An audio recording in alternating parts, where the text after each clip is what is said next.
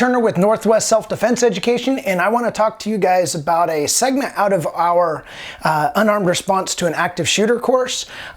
This is our bang bucket. Basically, if the teacher or anyone that's like maybe even in charge of the daycare at a church or something, if they're not able to safely evacuate, then we recommend a lockdown.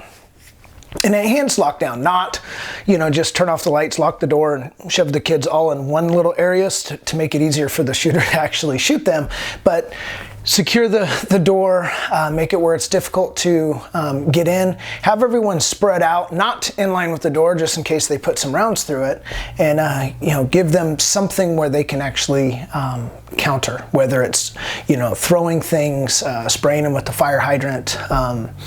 Anyways, but that's a completely different course. I just want to talk about the bang bucket. So it's layered in importance. The thought here is on the top, we use Gorilla Tape and we tape basically the items that would be useful to lock down that facility, or that classroom rather.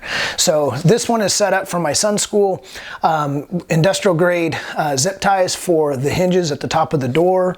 But these cargo straps, the thought on this is to be able to lash this around the handle, and then they have 16 feet where somebody can help hold down the door where they're not in line with it, but they can actually hold it down, or you have 16 feet that you can, tie it off to another portion, or, anyway. So the cargo strap we found has been effective for a majority of the classrooms now, because most doors at schools open to the outside because it's more efficient, I guess.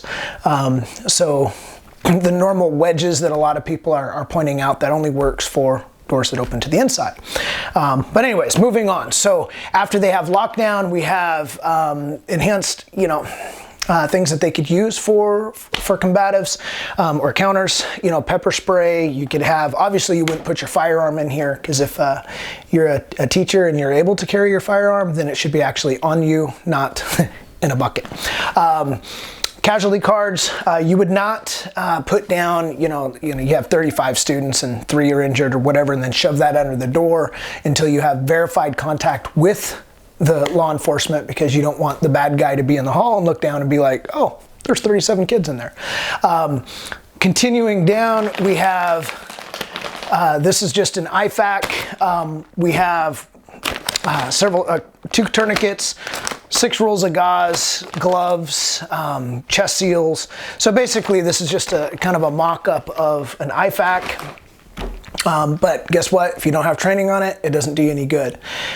After that, it's basically about comfort, because if you can imagine 25 kids stuck in a classroom, sometimes it may not even be the active shooter or incident may not even be at your school. It might be, at the high school, but if you're in the grade school, they may lock you down. So there's been cases of classrooms being locked down for up to 4 hours, probably even, longer than that in remote areas. So things to keep them a little calm. We have this one set up for my son's classroom. There's 27 kids in there. So, we have 27 little bottles of water.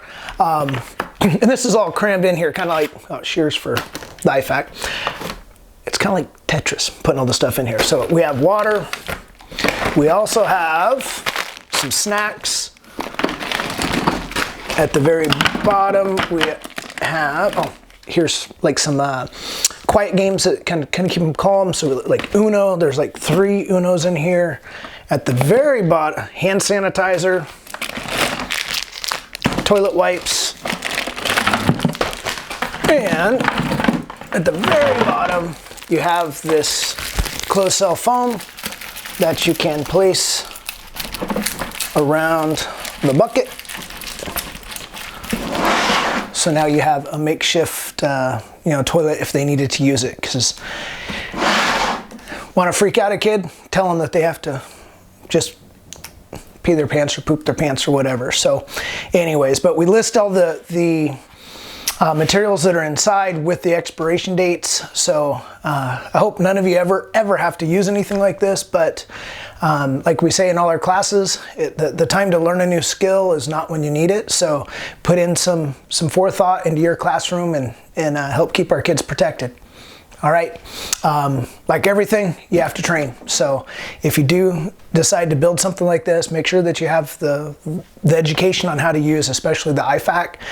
If you're not taking an emergency medicine, and I'm not talking like basic CPR, you know, stop the bleed type courses. So, all right, I hope to see you guys on the range real soon.